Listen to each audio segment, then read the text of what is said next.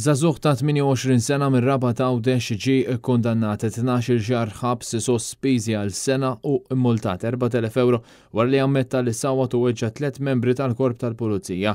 L-inċident seħħ nhar il-Ħadd li għadda meta hu kienet jipparteċipa f'karkejd u jiċċelebra r-rebħa laburista fir-Rabat Għawdex. L-inċident seħħ fl-10:45 ta' filgħodu l-għada tal-elezzjoni ġenerali bir-raġel jitressa quddiem il-Maġistrat Bridget Sultana.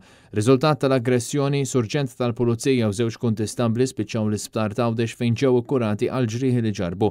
Iż-żagħżugħ Ħawċi ammetta l-10 akkużi li ġie mixli bihom fosthom li inġurja għeddet jew għamel offiża fuq persuni inkarigati skont il-liġi minn servizz pubbliku waqt li kienu qegħdin jagħmlu xogħolhom bil-ħsieb li jbeżżagħhom u li għamel reżistenza bi vjolenza kontra persuni inkarigati skont il-liġi. Il-prosekuzzjoni f'dan il-każ tmexxiet mill-Ispettur Joseph Gawci.